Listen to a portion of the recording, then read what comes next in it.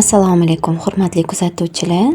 Yoz keldi, yoz issiq kunlarida yaxshi ketadigan yengilgina muzdekkina go'ja taomini tayyorlaymiz. Men go'jani bug'doyi o'zidan tayyorlayman. Siz xohlasangiz jo'xori aralashmaligini olib tayyorlasangiz bo'ladi.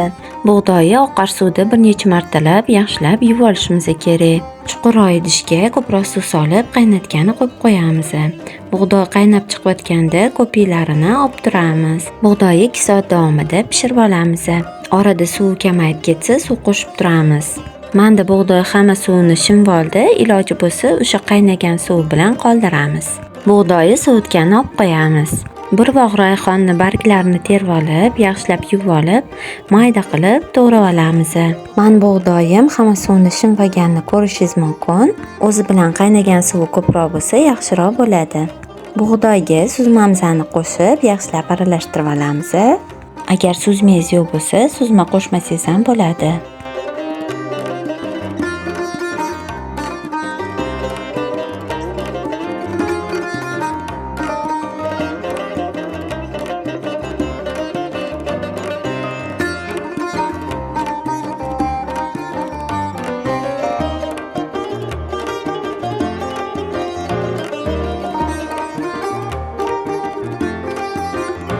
Keyin maydalab to'g'rab qo'ygan rayhonimizni ham qo'shamiz.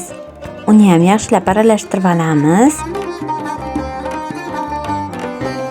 Endi qatiqimizni qo'shib olamiz. Keyin menda bug'doyimiz suv kam bo'lib qolgani uchun bu yerda yana alohida suv qo'shaman. Xohlasangiz qaynatib sovitilgan suv qo'shasiz yoki menga o'xshab mineral suvdan qo'shib olasiz. Keyin tabga ko'ra tuzlab, yaxshilab aralashtirib olamiz.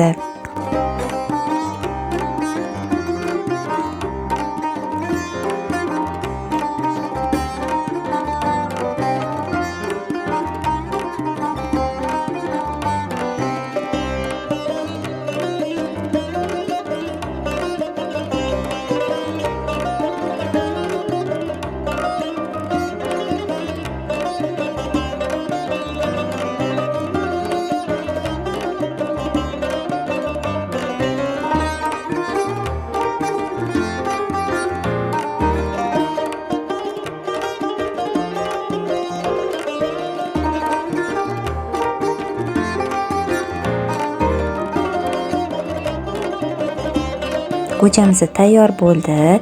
Endi yaqinlarimizga yoz issiq kunlarida suzib beramiz. Ham to'yimli, ham salqinlik beradigan muzdekkina go'jani mazza qilib yeb olamiz. Video foydali bo'ldi degan umiddaman.